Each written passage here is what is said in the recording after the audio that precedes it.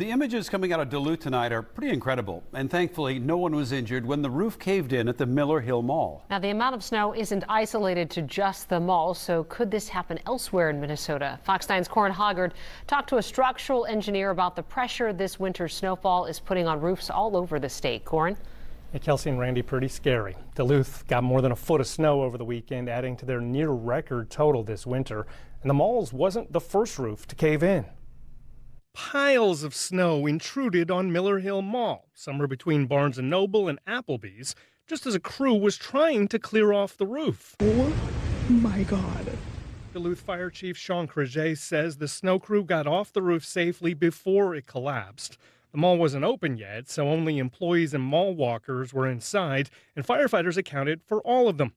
The chief says they've had a few roof collapses in the area this winter while accumulating almost 10 feet of snow. Snow load is a concern this year. Obviously, we've got record snowfalls, approaching record. Any business or any private home, you should be clearing the snow off. It's always a concern. Homeowners have help from sloped roofs, but may need to scrape off drifts.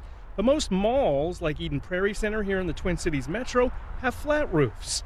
Civil engineering professor Dr. Brock Hedegaard says they're not designed to be invincible. For something like that, it comes down a lot to just the structural design, making sure that it's robust and resilient enough. He says estimating the weight can be tricky, but ballparks it at about 40 to 80 tons of snow that took out that portion of the roof and fell into the mall.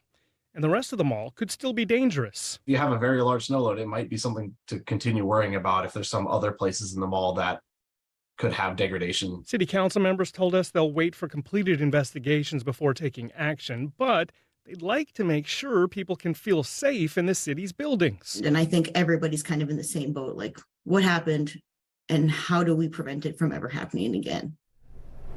The fire chief says engineers are working to stabilize the building, and that'll take at least a couple days. The mall's owner sent out a statement saying they're glad nobody got hurt, and they'll send out a social media update when it reopens. Now let's bring